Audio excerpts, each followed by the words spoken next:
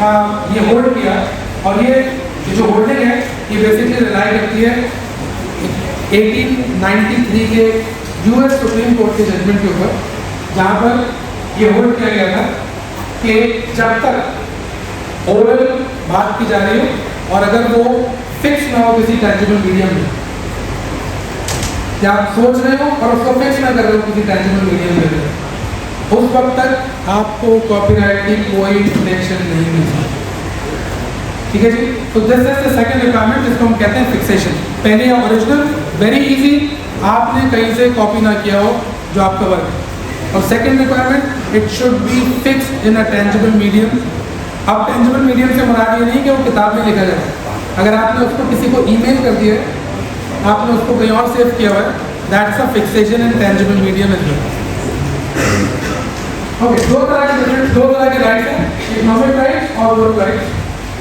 Economic rights आपको पता है कि जी कोई कॉपी नहीं कर सकता, कोई उसको रीपब्लिश नहीं कर सकता आपकी जात के बगैर। मोरल राइट बहुत इंपॉर्टेंट होता है। मोरल राइट का मतलब ये है ऑथर की का राइट हमेशा रहेगा। अब जैसे आजकल ये मीम बहुत आ गए हैं, तो व्हाट्सएप के ऊपर बड़े मजे मजे के बहुत ही गैर अदबी किस्म के अशार जो है वो हमारे बेचारे अखबार साहब के से मंसूब कर दिया जाए। ठीक है, इसका ये उलट हो रहा है माशाल्लाह, हम लोग ये कर रहे हैं। दूसरी तरफ ये है कि कोई शख्स खड़ा हो ये बोले कि खुद ही को कर बुला इतना कहते हैं ये मेरा शेर है। अल्लाह बात साहब को गुजरे हुए 50 साल से ज़्यादा हो गए, अब मैं इस शेर को अपना शेर कहना शुरू कर दूँ, ये नहीं हो सकता। आप इस शेर को क्या बानवे दराज को रिपब्लिश कर सकते हो पूरी की पूरी, कोई नहीं रोकेगा। ठीक है, बानवे दराज 12 जनवरी आप चाहो तो पब्लिश कर दो पूरी, कोई नहीं रोक सकता, क्योंकि वो आउट ऑफ कॉपीराइट प्रोटेक्शन हो गया, पब्लिक डोमेन का हिस्सा बन गया। लेकिन कोई शख्स ये नहीं कह सकता कि बानवे दराज मैंने लिखी। तो the right, the claim of authorship never dies, it remains with the author. इसी तरह से और भी चेंज करना, क्या उनकी शायरी को चेंज करें कुछ और कर दें, पैरोडी कर सकते हैं,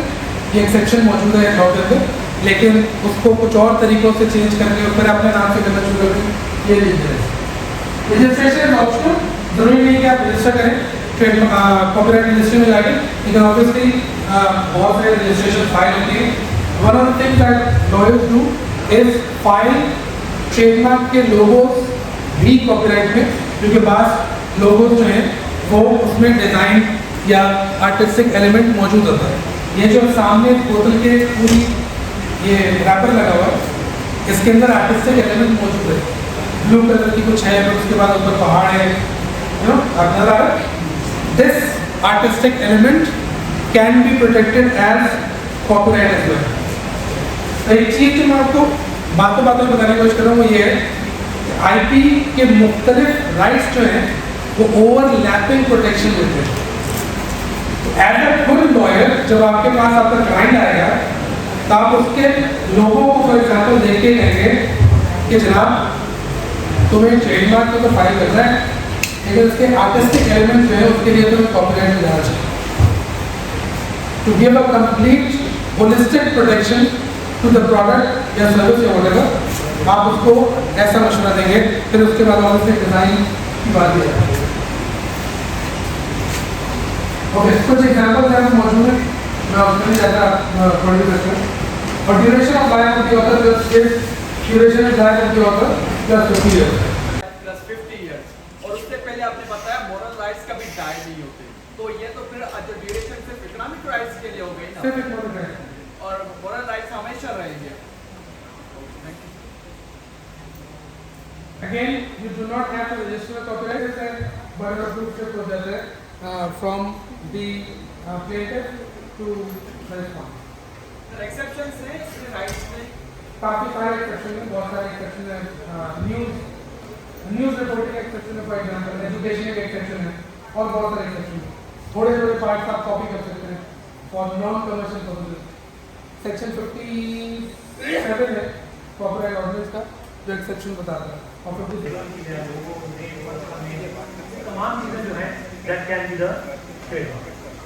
अच्छा, अब स्मैप मार्क तो डॉक्टर साहब ने भी बताया, एक और ट्रेडमार्क जो साउंड मार्क है वो भी दुनिया में है वो भी चाहे अपना ट्रेडमार्क साउंड मार्क उन्होंने अपना प्रोटेक्ट कराया है। टाइप्स ऑफ ट्रेडमार्क की इकसाम कितनी होती है इसमें?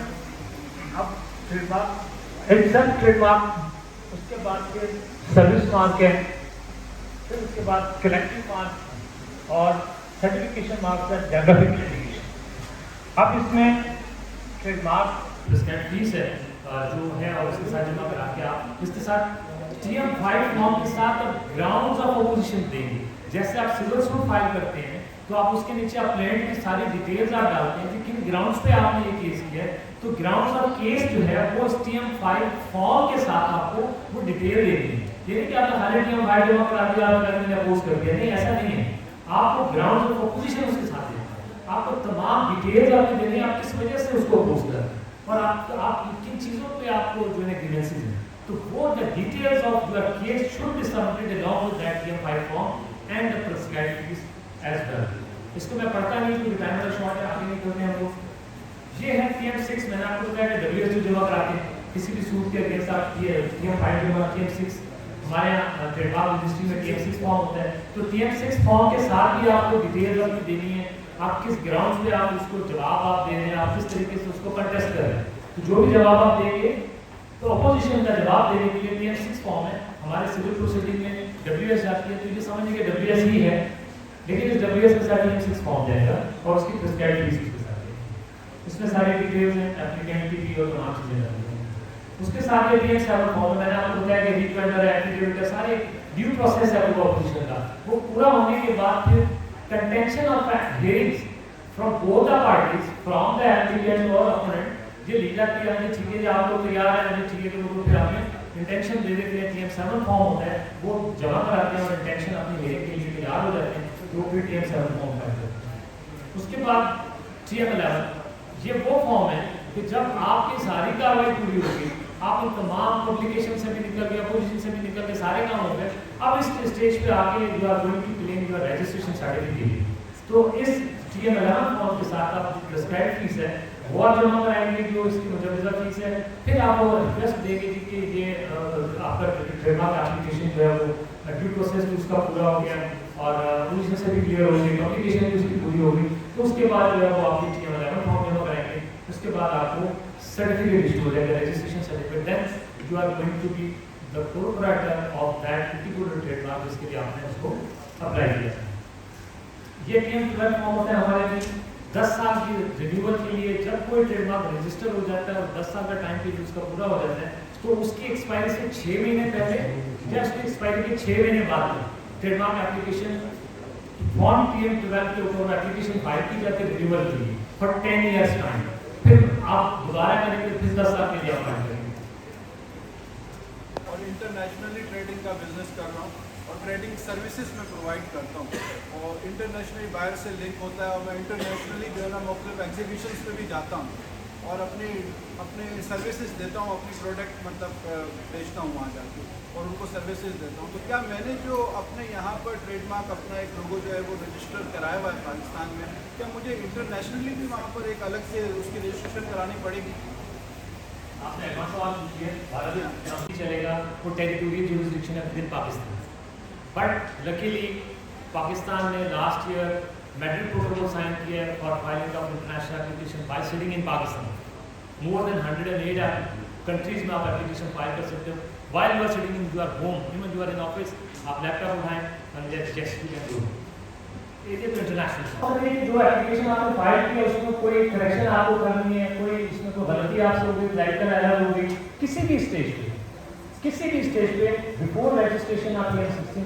फाइल करेंगे और वो क्लैरिकल एरर आप ठीक कर सकते हैं या आप अपने ट्रेडमार्क को उसके स्टेटस चेंज कर सकते हैं, उसमें एप्लीकेंट का नाम चेंज कर सकते हैं, उसमें एड्रेस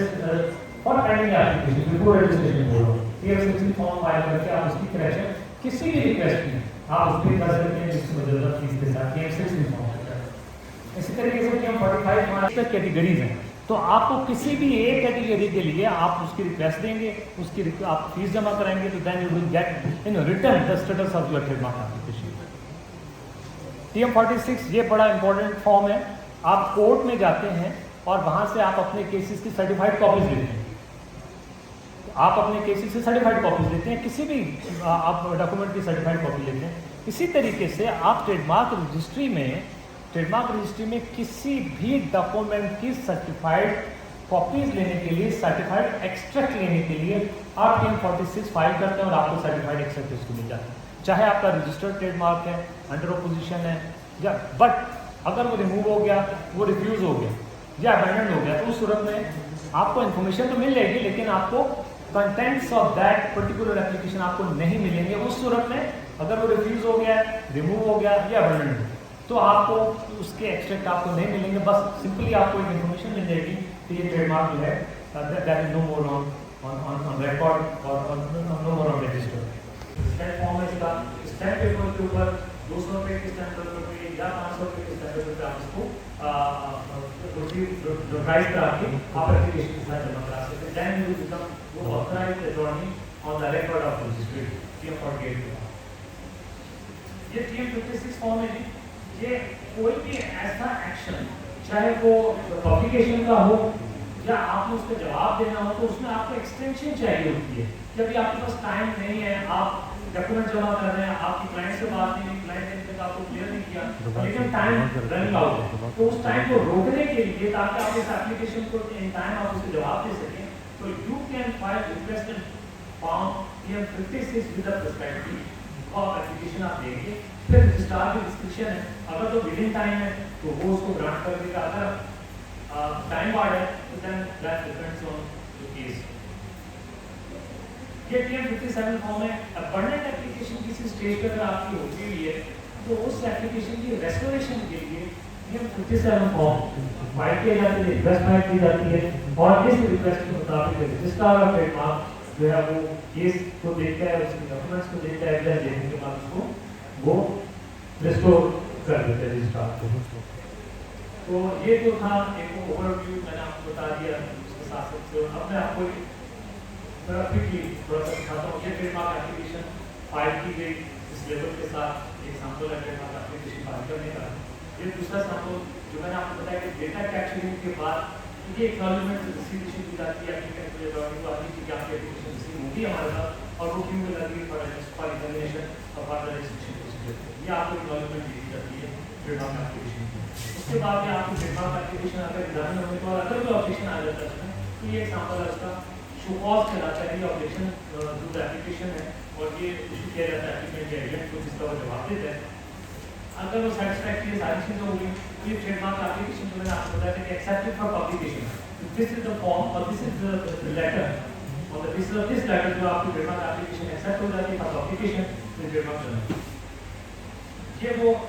सेकंड लास्ट इसका हिस्सा है कि जिसमें डिमांड नोट इशू हो जाता है। आपको जिस चीज़ की अलावा जमा कराते हैं डिमांड नोट के लिए रजिस्ट्रेशन फीस इसमें जमा होती है, और आपको इसके बाद ये सर्टिफिकेट आपको दे दिएगा। तो दिस इज रजिस्ट्रेशन सर्टिफिकेट। सारी प्रोसीजर होने के बाद, सारे काम होने के बाद जो कंक्लूजन है, जो एंड ऑफ सारा प्रोसीजर है, वो है ये registration certificate. Thank you very much.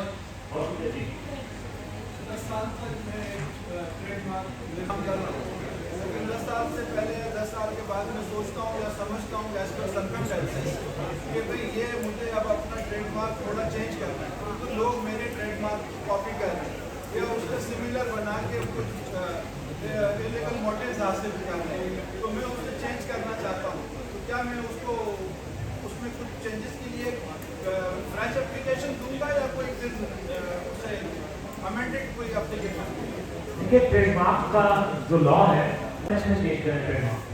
और खास तौर पर रजिस्ट्रेशन के बाद बिल्कुल ही before registration at the time of pending stage आप वो रिक्वेस्ट आप जरूर कर सकते हैं कि जो उसकी सब्सटेंशियलिटी ना चेंज हो, यानी कि उसकी शक्ल, उसकी हैसियत जो आपने अप्लाई किया हुआ वो ना चेंज हो। मिसाल के तौर पे आपने ट्रेडमार्क फाइल कर किया, ग्रीन एप्पल आपने कर दिया, और आप कहते हैं कि मैं इनसे जो है ना वो ग्रीन मैं ऑरेंज कर रहा हूँ, तो वो सब्सटेंशियल चेंज हो जाएगी। रिजल्ट यहाँ पे अलाउ कर ट्रेडमार्क सब्सटेंशियल चेंज अलाउ नहीं है। छोटी सी चेंज को एड्रेस में है, लेकिन बिफोर रजिस्ट्रेशन एक बात ध्यान में रखें कि रजिस्टर्ड ट्रेडमार्क के लिए आप जब भी कोई चीज़ आप अमेंडमेंट कराना चाहेंगे तो उसका कोई फॉर्म अलग है, ODM सिस्टम के थ्रू नहीं होगा, उसमें भी आप उसकी जो डिस्क्रिप्शन ऑफ एप्लीकेंट है या एड्रेस है वो चीज़ आप चेंज कर सकते हैं, but you can not change the trademark. अब जो हमारे होते हैं सर, उसमें ट्रेडमार्क अगर किसी हम पर्टिकुलर क्लास में रजिस्टर कर देते हैं, उसके बाद हम कोई ऐसी पॉसिबिलिटीज है जो हम किसी सेम ट्रेडमार्क को किसी डिफरेंट क्लासेस में रजिस्टर कर सकते हैं, और इसमें अगर कर सकते हैं कौन सी पॉसिबिलिटीज है अगर और कौन सी पॉसिबिलिटीज हम जिसमें नहीं कर सकते, इसमें थोड़ा कंफ्यूजन है, आप क्लियर कर दें। हाँ देखिए, एक बात सेम ट्रेडमार्क सारी क्लास में, एक बात मुझे क्लियर है, सेम ट्रेडमार्क 1 से 45 क्लास में वो कर सकते हैं। अब आपने फॉर एग्जांपल आपने क्लास 5 माना शुरू कर दिया, आपने ट्रेडमार्क फाइल किया, आप महसूस करते हैं यार मैं क्लास 44 में भी फाइल करूँ। क्लास 44 की इस क्लासिफिकेशन की एड्रेस करती है हेल्थ सर्विसेज को, हॉस्पिटल्स को। आप कहते हैं मेरे फार्मा प्रोडक्ट का नाम बड़ा अच्छा है, तो मैं चाहता हूँ कि मैं इसका नाम जो है मैं उस हेल्थ सर्विसेज में भी लेकर जाऊँ, तो आपकी एप्लीकेशन बेशक क्लास 5 में मौजूद है, but you can file the same trademark with the same description in class 44। मैं उसी सेम ट्रेडमार्क को अगर रजिस्टर करना चाहूँ, मैं अपना एज अ ट्रेडमार्क क्लास 15 में या क्लास 17 में, तो क्या पॉसिबिलिटीज हो सकती हैं कि जिसमें मेरा ट्रेडमार्क जो है वो रजिस्टर हो जाए, और क्या पॉसिबिलिटीज है जब नहीं हो जाए? रजिस्टर्ड है ऑलरेडी, आप मेरा क्लास 5 में रजिस्टर्ड है, आप कहते हैं मैं 35 में रजिस्टर करा दूं, मेरा ही ट्रेडमार्क सेम ट्रेडमार्क। ओके, इसमें दो चीजें हैं, वो ये है कि पहले तो ये देखना पड़ेगा कि आपके ट्रेडमार्क का स्टेटस क्या है। स्टेटस मींस कि वो फेमस मार्क है, वेल-नोन ट्रेडमार्क है, या उसकी क्या हैसियत है आपके ट्रेडमार्क। दूसरी बात ये कि आपका ट्रेडमार्क जिस क्लास में फॉल करते हैं, जिस क्लास में आप काम कर रहे हैं, फॉर एग्जांपल क्लास 5 में आप काम कर रहे हैं और आपका रजिस्टर्ड ट्रेडमार्क है, और एक बंदा क्लास 35 में आपका सेम ट्रेडमार्क ले जाता है, ठीक है, उसको प्रोटेक्शन तो मिल सकती है, उसको प्रोविजन लॉ में तो ऐसी मौजूद नहीं है कि 5 में आप रजिस्टर्ड हैं तो आप 35 में ले ले सकते हैं, कोई दूसरा एप्लीकेंट, ऐसा नहीं है। सब्जेक्ट टू कंडीशन कि अगर तो कोई वेल-नोन ट्रेडमार्क है, तो वेल-नोन ट्रेडमार्क को हर क्लास में प्रोटेक्शन हासिल है कि इधर वो उसमें रजिस्टर्ड है या नहीं, या फाइल हुआ है या नहीं, ये बात है। हाँ, कोई ऐसा कॉमन सा कोई ट्रेडमार्क ऐसा है तो यस, आप क्लास 35 में किसी भी क्लास के ऊपर भी ले सकते हैं उसको, बट अगेन डिपेंड है कि उस मिसाल में आपको इस तरह देता हूँ कि एक आपका मोबाइल फोन है, ठीक है, अब वो मोबाइल फोन आपसे कोई लेता है या आपके सामने से कोई उठा लेता है, तो आपका क्लेम इतना मजबूत होना चाहिए अपनी प्रॉपर्टी के ऊपर कि आप उसको प्रोटेक्ट करें। अगर आप उसको रख के बोले हाँ यार मुझे पता नहीं मेरा है या नहीं, या कोई दूसरा उठा के ले जाएगा, तो इस चीज की प्रोटेक्शन करना आपका काम है। अगर आपको टोयोटा इंडस वाला गाड़ी दे रहे हैं और खुदान खास गाड़ी स्नैच होती है, चोरी होती है, then you are responsible to protect your property. इसी तरीके से अगर कोई प्लॉट लैंड जो है वो अगर किसी उस पे कब्जा होता है तो केंद्रीय जो जिम्मेदार नहीं होगी, you will have to protect your land, you will have to protect your property. इसी तरीके से अगर आप महसूस करते हैं कि वो क्लास 5 वाला या मैं कहता हूँ भैया ये इंक्रीमेंट हो रही है, मेरे माल की जो है वो कॉपी हो रही है, तो मैं आपको रोक सकता हूँ, लेकिन लॉ में ऐसी कोई प्रोविजन मौजूद नहीं है सिवाय वेल-नोन मार्क के कि मैं उस ट्रेडमार्क को सर ऐसे विजिलेंस के मतलब अपने विजिलेंस में वो अपनी पूरी उसकी राम उससे कोई बेनिफिट अदर पार्टी ले सकती है। अगर आपका कोई ट्रेडमार्क रजिस्टर है और किसी आपकी मतलब कोई आपका रॉन्ग अराइज होता है, तो उससे कोई अदर पार्टी बेनिफिट ले सकती है, ऐसा कुछ पॉसिबिलिटी हो सकती है? जिस तरह आपके सवाल को समझने की तरह थोड़ा सा लिक्विडिटी है इस सवाल में, ठीक है। इसमें एक चीज और ध्यान रखें कि जैसे डॉक्टर साहब ने बताया कि थोड़ी देर पहले कि not necessary registration is not necessary. इसी तरीके से अगर कोई ट्रेडमार्क मिसाल के तौर पे 40 साल से ब्रांड इस्तेमाल हो रही है तो रजिस्टर नहीं हुआ, कोई दूसरा ट्रिकी किस्म का बता आता है वो आपके 2-4 साल में आपके फाइल करके ट्रेडमार्क रजिस्ट्रेशन ले लेते हैं, तो उस वक्त में क्या होगा कि ये जरूरी नहीं है कि जिसने रजिस्टर नहीं कराया तो कुछ कर नहीं सकता, वो 40 ईयर्स से उसको यूजर है, वो आके उसके खिलाफ इनवेलिडेशन फाइल कर सकते हैं, उसके खिलाफ रेक्टिफिकेशन फाइल कर सकते हैं, उसके खिलाफ कैंसिलेशन फाइल कर सकते हैं, on the basis of his complete use, complete entrance of use के ऊपर आकर उसको रोकेगा, उसको कैंसिल करा सकता है, ठीक है। तो थर्ड पार्टी जो है ये नॉट नेसेसरी कि वो उसको कोई असर नहीं पड़ेगा या कुछ कर नहीं सकता। यस, अगर कोई ट्रेडमार्क रजिस्टर नहीं भी हुआ तो स्पेशल प्रोविजन लॉ में मौजूदा लॉ पासिंग लॉ के तहत वो उस ट्रेडमार्क इवन तो वो रजिस्टर्ड नहीं है लेकिन वो उसको जी और कुछ सवाल जब ओपन होता है सर ये जो प्रोसेस जब कंप्लीट होने के बाद IPO की तरफ से जो शरायत होते हैं कि प्रोडक्ट जो है आप प्रोडक्ट की आवश्यकता कि जो बिजनेस आप करेंगे वो सही होगा यानी कि उसमें कोई भी खराबी का या ऐसा कुछ वो नहीं होना चाहिए सर हमारे तरफ ये सारा प्रोसेस हमारा हो जाएगा कोई ट्रेडमार्क रजिस्टर हो जाएगा जब वो सर्टिफिकेट मिलेगा तब IPO की तरफ से कोई भी ऐसी शरायत होगी उसमें कि आप जो भी कारोबार करेंगे बिजनेस करेंगे स्मार्ट तो वो जो है वो जारी नहीं होगा वो अच्छी चीज़ होगी यानी कि नुकसानदायक नहीं होगा इस तरह से कोई शरारत देखिए पहली बात तो ये ध्यान में रखें कि trademark registry IPO Pakistan is not a licensing authority ठीक है IPO पाकिस्तान या ट्रेडमार्क रजिस्ट्री ना तो किसी को मना करती है कि तुम कारोबार ना करो और ना किसी को ये कहती है आप काम करना शुरू करो ये प्रोविजन नहीं है ट्रेडमार्क ऑर्डिनेंस में कहीं पर कि किसी को ये कहे कि आप करें और किसी को ये कहे कि ना करें एक बात दूसरी बात ये है कि उसकी क्वालिटी देखना है या उसकी प्रोडक्ट की या उसकी सर्विसेज देखने के लिए IPO पर काम नहीं क्योंकि कोई लाइसेंसिंग अथॉरिटी नहीं है उसके पास कोई चेक एंड बैलेंस ऐसा नहीं है कोई लॉटरी नहीं है कोई ऐसे SOPs नहीं है लॉ में कोई ऐसी प्रोविजन नहीं है कि वो जाके उसकी प्रोडक्ट या उसकी सर्विसेज की ऑथेंटिसिटी करे या चेक करे कि वो क्या चीज़ बना रहा है और क्यों बना रहा है अच्छी बना रहा है तो this is not a part of IPO जी मेरा ख्याल है कि ये फिनिश टाइमिंग और अगेन आप लोगों का बहुत बहुत शुक्रिया आप लोगों ने सुना मुझे बर्दाश्त किया तो मुझे आप एक सवाल जवाब का सिलसिला